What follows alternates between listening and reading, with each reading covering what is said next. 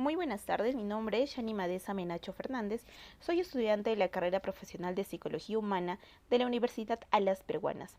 En esta ocasión estoy llevando el curso de Psicología de la Criminalidad y el día de hoy les voy a hablar un poco sobre lo que viene a ser las raíces psicológicas del delito.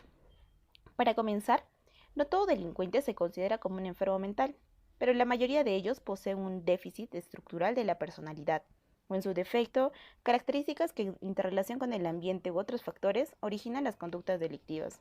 Un individuo puede no estar loco, sin embargo, sus reacciones emocionales compulsivas pueden jugar un papel muy importante a lo largo de su vida. Entre estas personas podemos encontrar a muchos criminales, sospechosos, víctimas, testigos, de igual forma pervertidos sexuales, quienes juegan un papel directo o indirectamente en el planeamiento y ejecución de muchos de los delitos graves.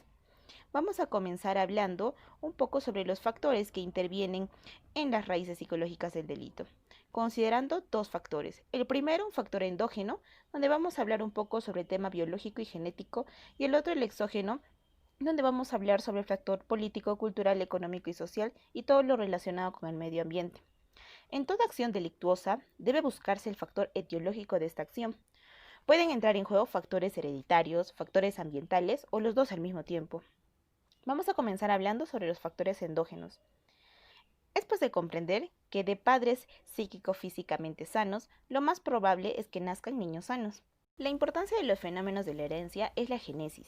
Es evidente que una herencia morbosa viene a desarrollar en el individuo particularidades, anomalías psíquico-físicas o tendencias que ejercerán sobre la influencia para cometer hechos delictuosos. Entre los factores endógenos se notará que el actor principal es el cerebro. El encéfalo es la parte más importante de nuestro cuerpo. Es la parte más compleja de nuestro sistema nervioso. Controla el cuerpo, los actos, las sensaciones y las palabras. Recibe información de todas las partes del cuerpo, las procesa y envía mensajes a los músculos para poder entrar en acción. Todo el cerebro está comunicado de tal forma que controla nuestro comportamiento. Vamos a comenzar hablando sobre las anomalías anatómicas dentro de los factores endógenos. Las anomalías anatómicas, especialmente en el encéfalo, presentan fenómenos de la predisposición constitucional de la delincuencia, ya que es la sede de los fenómenos psíquicos, provocando disfunción hormonal capaces de influir sobre la misma función del cerebro. El orden infeccioso. A los agentes etiológicos del orden infeccioso debemos tener en consideración todas las toxinfecciones. Así se ha visto en el caso de encefalitis, muy especialmente cuando atacan en la infancia. Pueden obrar sobre el temperamento, el carácter, tendencias y aptitudes del niño. Aún en niños con factores hereditarios puede apreciarse degeneraciones sexuales marcada con perversidad, impulsividad, irritabilidad y tendencia al robo. Continuamos con los traumas. Es sabido que también los traumas, especialmente los cranoencefálicos, pueden dar lugar a perturbaciones psíquicas más o menos graves y hasta verdaderas psicopatías agudas y crónicas, especialmente cuando se acompañan de lesiones anatómicas y funcionales de los elementos nerviosos. Por eso se debe tener mucha prudencia en la utilización de forceps durante el parto. Claro está que en aquellos individuos de constitución delincuencial, el trauma viene a actuar como un elemento secundario desencadenante. Continuamos hablando sobre el hipertiroidismo. Este es el encargado de estudiar las glándulas de secreción interna, ya que están en íntima relación con el sistema vegetativo, o sea, el sistema nervioso, que a su vez está en relación con la vida instintiva y afectiva. Respecto a esto, se puede saber que el hipertiroidismo o disfunción de las glándulas de secreción interna se encuentran en los homicidas. La endocrinología es un factor de mucha consideración, mas no la única causa etiológica. Continuamos hablando sobre los factores exógenos. Todo estímulo exterior, toda influencia ambiental, se encuentra en la estructura del organismo que ha recibido esta influencia. La receptividad y reactividad. En la etapa de la niñez se va formando el carácter y el temperamento de cada niño. Debemos de considerar que cada niño es diferente y la receptividad y la forma de reaccionar será distinta en cada uno de ellos. Habrá muchos menores que en el menor estímulo basta para su descontrol completo. Otros se resisten sin descontrolarse a estímulos de consideración, pero teniendo en cuenta que el cerebro del niño se encuentra en un estado evolutivo. A pesar de que se pudiera tener un factor de herencia magnífico, es necesario separarlo de los malos elementos que pueden dejar huella en su cerebro no desarrollado. La socialización y la aculturación. La socialización es el proceso por el cual el individuo se convierte en miembro de un grupo social, una familia, una comunidad, etc. Aquí presenta el aprendizaje de actitudes y creencias, costumbres y valores, expectativas y roles de grupo social. Si en ese sentido de pertenencia a un grupo social existiera en el sujeto inseguridad frente al entorno en el que se desenvuelve, si no existen roles ni expectativas, no tendrá una identidad definida, por lo que se inclinará a acciones delictivas con el fin de buscar una identidad. El sistema familiar. La familia ocupa el papel central en el desarrollo y la relación con los niños de corta edad. Ejerce influencia extraordinaria sobre el tipo de personas en los que se convertirán y el lugar que ocupará en la sociedad. La forma en la que interactúan las personas en una familia tiene un impacto muy fuerte en el desarrollo. Además de integrar al niño en la unidad familiar, los padres interpretan para él la sociedad y su cultura. Los valores culturales se expresan en aspectos de la vida cotidiana, como la comida, la ropa, los amigos, la educación y juegos, y en cada uno de estos deberá de tenerse minucioso cuidado. El influjo de los padres no es más que un elemento esencial para aprender a funcionar como miembros de grupos sociales. El aspecto económico. Otro factor importantísimo es el estado de miseria material y fisiológica. La primera se refiere a la carencia de medios para transmitir una buena escolarización, vestimenta y juguetes. La miseria fisiológica, ya sea de origen congénito o por alimentación cualitativamente o cuantitativamente insuficiente, el individuo sufre degeneración física y psíquica, mayor inhibición de la inteligencia y de la voluntad, y por lo tanto una baja resistencia a actos delictuosos. Al hablar de miseria se incluyen naturalmente las pésimas condiciones de higiene. En toda acción delictuosa es indispensable el estudio de la personalidad del sujeto, la reconcentración de la cadena de situaciones psicológicas que han hecho surgir la idea delictuosa, las que han formado su desarrollo y las que han puesto en juego su realización. Un tema realmente importante dentro de las raíces psicológicas del delito es considerar el tema de la personalidad. Dando un pequeño concepto, ¿qué es la personalidad? Es la organización dinámica en el interior del individuo de los sistemas psicofísicos que determinan su conducta y su pensamiento característico.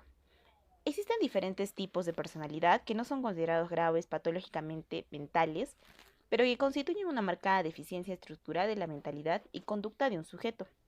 En este vamos a encontrar a varios tipos de delincuentes. Encontramos al tipo dependiente. ¿Cómo se ha ido formando esta personalidad de este delincuente?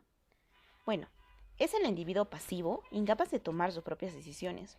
Otros lo gobiernan y deciden por él, incluso en asuntos que solo le conciernen a su persona.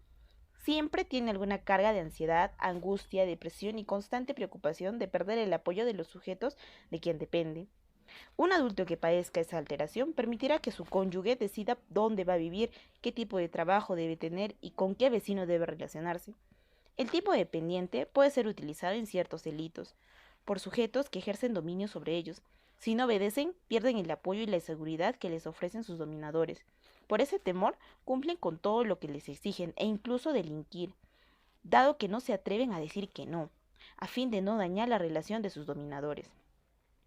El tipo paranoide. En este caso, existe una desconfianza excesiva e injustificada ante la gente. Las sospechas ante todo no solamente las justifican, sino que las relacionan teniendo en cuenta las situaciones difíciles de la vida. Estos tipos son considerados por los demás como reservados, secretos, distantes e intrigantes. Pueden cuestionarse la lealtad de los demás y siempre esperan traición. Por esta razón, pueden presentar los paranoides siempre están implicados en los delitos de lesiones o en caso de crímenes pasionales. El tipo esquizoide. Es un trastorno de la personalidad en el que existe defecto en la capacidad para establecer relaciones sociales, por la ausencia de sentimientos cálidos y tiernos hacia los demás e indiferencia a la aprobación, la crítica y los sentimientos de los demás. Parecen tener muy o poco o ningún interés en involucrarse en las relaciones sociales, prefieren ser solitarios y tener pocos amigos. Parecen reservados, retraídos, cerrados, carecen de sentido del humor y por lo general parecen fríos y distantes. Los crímenes en serie, sin móvil aparente y donde se utiliza violencia y crueldad innecesaria pueden ser cometidos por algún tipo con personalidad esquizoide. Pero esto no quiere decir que todo tipo esquizoide es un criminal. Muchos pueden ser personas de bien, dedicados principalmente a la labor intelectual y de investigación científica. El tipo histriónico. Existe una conducta abiertamente teatral, reactiva o intensamente expresada. Son muy activos y están siempre llamando la atención. Tienen tendencia a la exageración y a menudo actúan como si representaran un papel como por ejemplo el de víctima, sin ser todo lo consciente de ello. Los estímulos menores dan lugar a una excitabilidad emocional. tal como las explosiones violentas e irracionales de ira o pérdida de control. Tienen una enorme ansia de cosas nuevas y rápidamente quedan aburridos con la rutina normal. Esta es la personalidad típica de muchos estafadores. El tipo narcisista. Existe un sentimiento grandioso de autoimportancia, de peculiaridad, fantasía de éxito ilimitado, necesidad de exhibicionista de atención y admiración constante, respuestas características a las amenazas, a la propia estima y alteraciones características de las relaciones interpersonales. El sentimiento exagerado de autoimportancia puede manifestarse por el hecho de estar centrado en sí mismo y por una autoabsorción totalmente extrema. Esta personalidad se puede encontrar en sujetos que regularmente se muestran egocéntricos y carentes de toda cordura, mesura y humildad. La soberbia y arrogancia los hace constantemente infractores de los derechos de los demás e incluso pueden llegar a cometer graves delitos. El tipo antisocial. Es un trastorno de la personalidad en el que existe una historia de conducta antisocial continua y crónica, en la que se violan los derechos de los demás. Esta conducta persiste en la edad adulta, se presenta ante los 15 años y se expresa por un fracaso en el mantenimiento de la actividad laboral durante un periodo de varios años. Este tipo de personalidad es la estructura básica para la conducta delictiva. No siempre son vulgares delincuentes de poca monta, muchos pueden ser altos funcionarios, pero desfalcadores o comprometidos en grandes robos. Aunque se revistan de una figura respetuosa, será para encubrir sus reales intenciones. Los antisociales o psicópatas viven en función de lo que les brinda el placer y la inmediata satisfacción de sus impulsos primitivos. Son muy agresivos, irresponsables y sin ninguna consideración por los demás. No aprenden de sus experiencias, son incorregibles y no tienen nunca sentimientos de culpa. El tipo límite o borderline. Existe una inestabilidad en diversas áreas, entre las cuales se incluye la conducta interpersonal, el estado de ánimo y la autoimagen. Frecuentemente hay una conducta impulsiva e impredecible que es potencialmente peligrosa desde un punto de vista físico.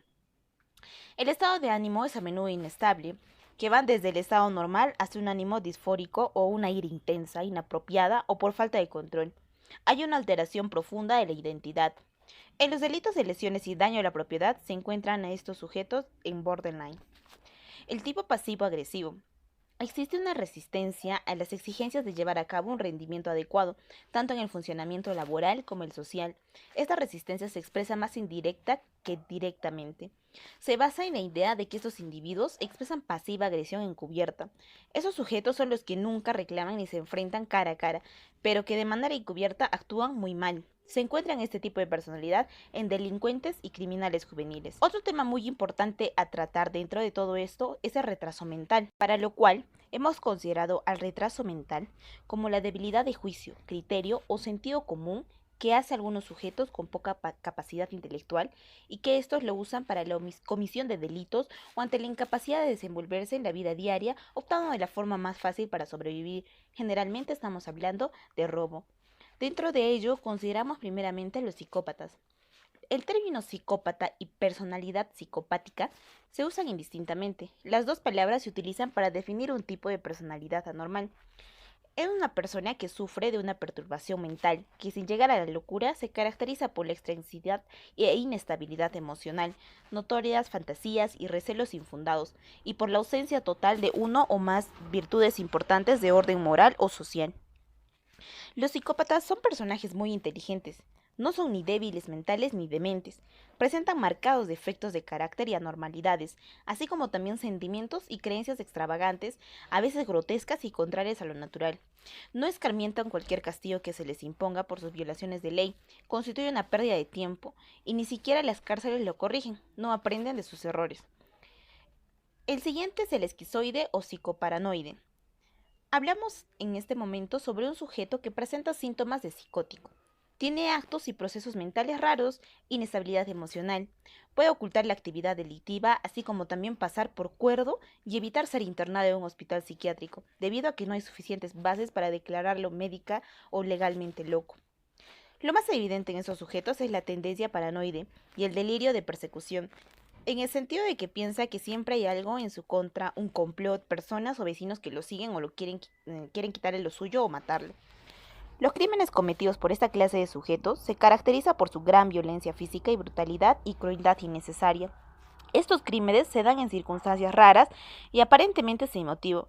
Los crímenes en serie, así como la existencia de otros indicios, es un delito. Debe indicarle inmediatamente a la policía de que es muy probable de que se trate de un individuo esquizoide o psicoparanoico. Si bien el esquizoide se confunde con un psicótico, esto puede ser más responsabilizable de sus actos.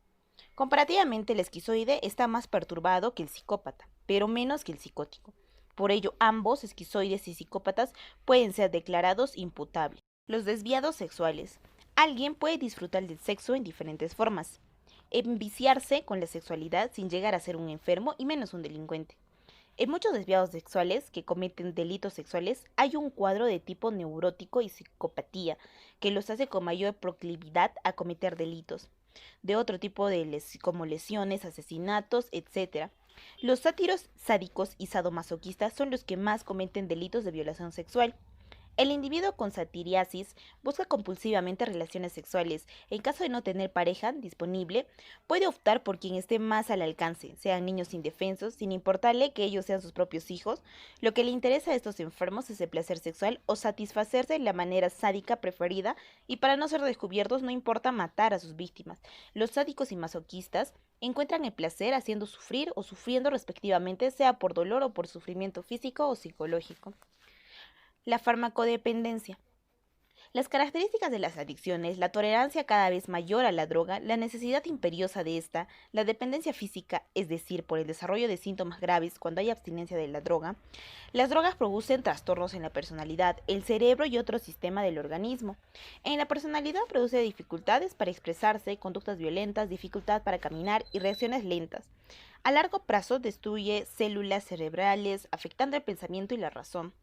En la comisión de delito incurren en un alto porcentaje de robos, delitos sexuales, lesiones y homicidios. Algunos adictos se vuelven pasadores de drogas, comúnmente llamados burros. Bueno, en conclusión, a toda esta exposición referente a las raíces psicológicas del delito, concluimos que es necesario profundizar mediante el estudio científico la naturaleza del psicópata, con ese propósito de realizar adelantos teóricos que permitan actuar en derecho de manera que no se aplique de una justicia inadecuada, apoyándose simplemente en normas legales atrasadas y científicamente cuestionables que permitan detectar liberar a individuos que indudablemente reincidirán. Muchas gracias.